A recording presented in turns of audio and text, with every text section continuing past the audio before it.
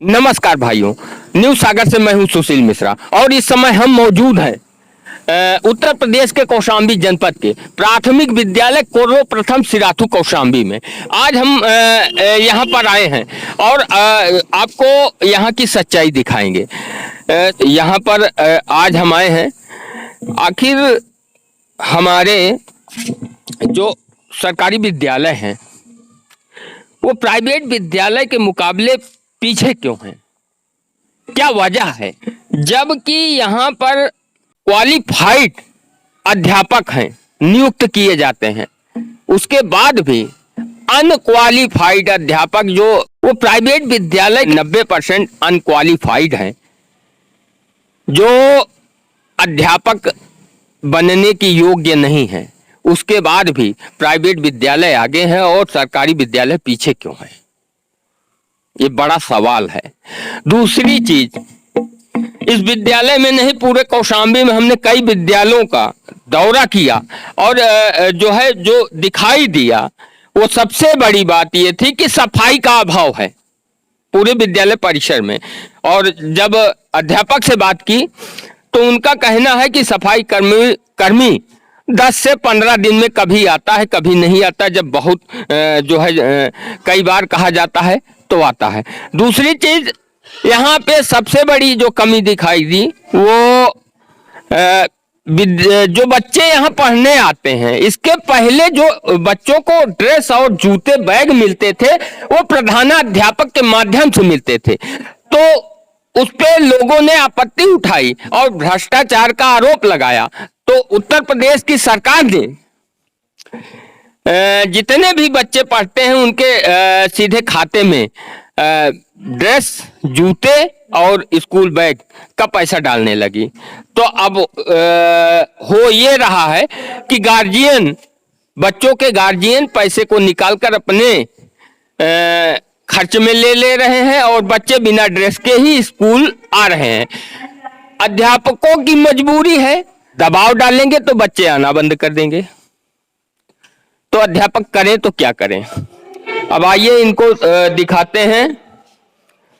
छोटे छोटे बच्चे हैं, गर्मी की वजह से अभी बच्चे कम आ रहे हैं और बिना ड्रेस के आ रहे हैं। इसके जिम्मेदार अध्यापक नहीं, इसके जिम्मेदार बच्चे के गार्जियन हैं। अध्यापक की मजबूरी होती है कि दबाव डालेगा तो बच्चा आना बंद कर देगा।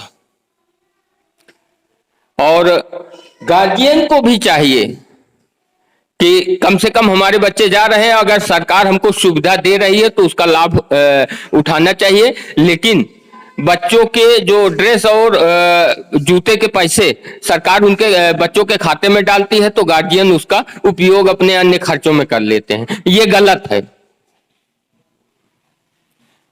हर गार्जियन को सोचना चाहिए कि अगर हम अपने बच्चों को सक्षम नहीं है पढ़ाने में और सरकार हमको सुविधा दे रही है तो कम से कम बच्चों को पढ़ाएं, जिससे कि आगे चलकर वो कुछ कर सकें और शिक्षित हो सकें। अब बच्चों के लिए बनाया गया शौचालय है, इसकी गंदगी आप लोगों को दिखाते हैं कि आप खुद देख लें,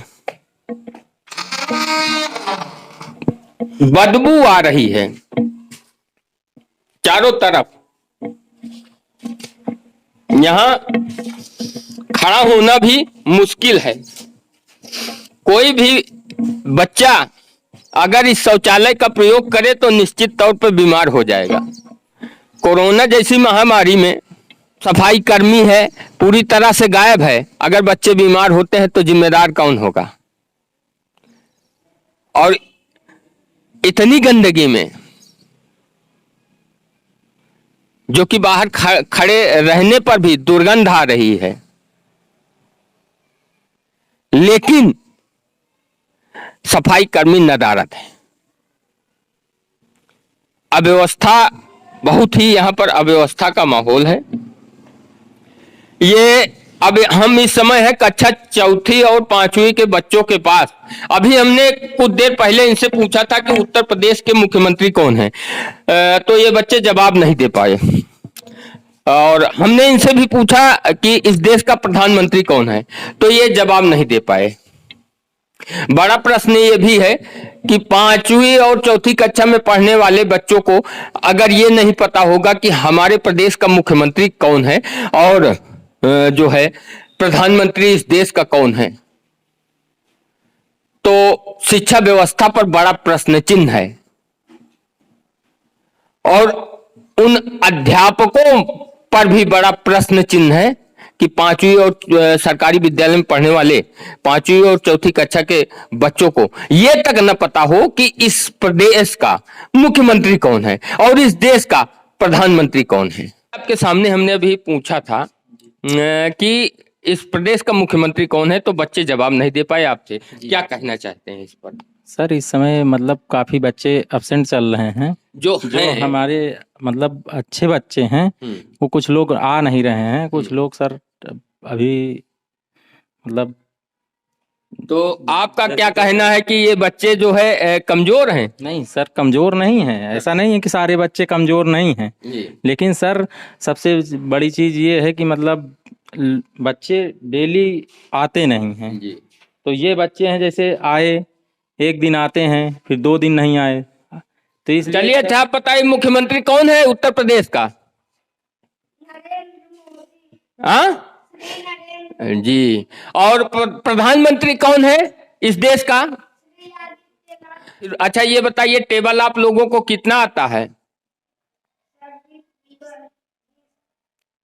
आपको आपको हाँ जी, सभी बच्चों को आता है। चलिए ठीक है, हम आपसे गुरुजी यही कहेंगे कि कम से कम बेसिक ज्ञान इन बच्चों को, क्योंकि उत्तर प्रदेश के मुख्यमंत्री या प्रदेश का प्रधानमंत्री जब इन बच्चों को नहीं पता होगा तो आप कोई भी आके अगर पूछ ले तो क्या जवाब देंगे आप? नहीं सर इस समय मतलब जैसे लॉकडाउन में 2 साल स्कूल बंद थे, लेकिन उसके बाद स्कूल खुले नहीं। हमारी बात आप ये बताएं कि फरवरी से कंटिन्यू चल रहा है। उत्तर प्रदेश के मुख्यमंत्री योगी आदित्यनाथ जी दोबारा चुनकर यहाँ पर फिर से जो है मुख्यमंत्री बने हैं, तो इस पे तो आप नहीं कह सकते। नहीं वो चीज नहीं हम कह रहे हैं सर, जो चीजें बेसिक चीजें हैं पढ़ाई में वो सर हम कवर कर रहे हैं जी। बच्चों की मतलब स्थिति। अब ये अगर भी जरूरी ज्ञान है, जनरल। सबसे बड़ी बात यह है कि प्रदेश का मुख्यमंत्री जो इन बच्चों के लिए इतना कर रहे हैं तो कम से कम ये तो पता होना चाहिए बच्चों को कि कौन है। जी सर पता होना चाहिए जी। तो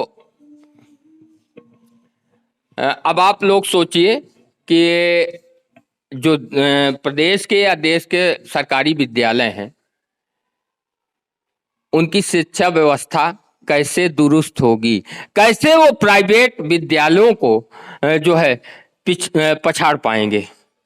देश के विकास के लिए आवश्यक है कि इन बच्चों का विकास होना चाहिए, इन बच्चों की शिक्षा का विकास होना चाहिए, तभी ये आगे चलकर कुछ कर पाएंगे। इस पर आप लोग क्या सोचते हैं और आप लोगों की क्या राय है, कृपया कमेंट करके जरूर बताएं।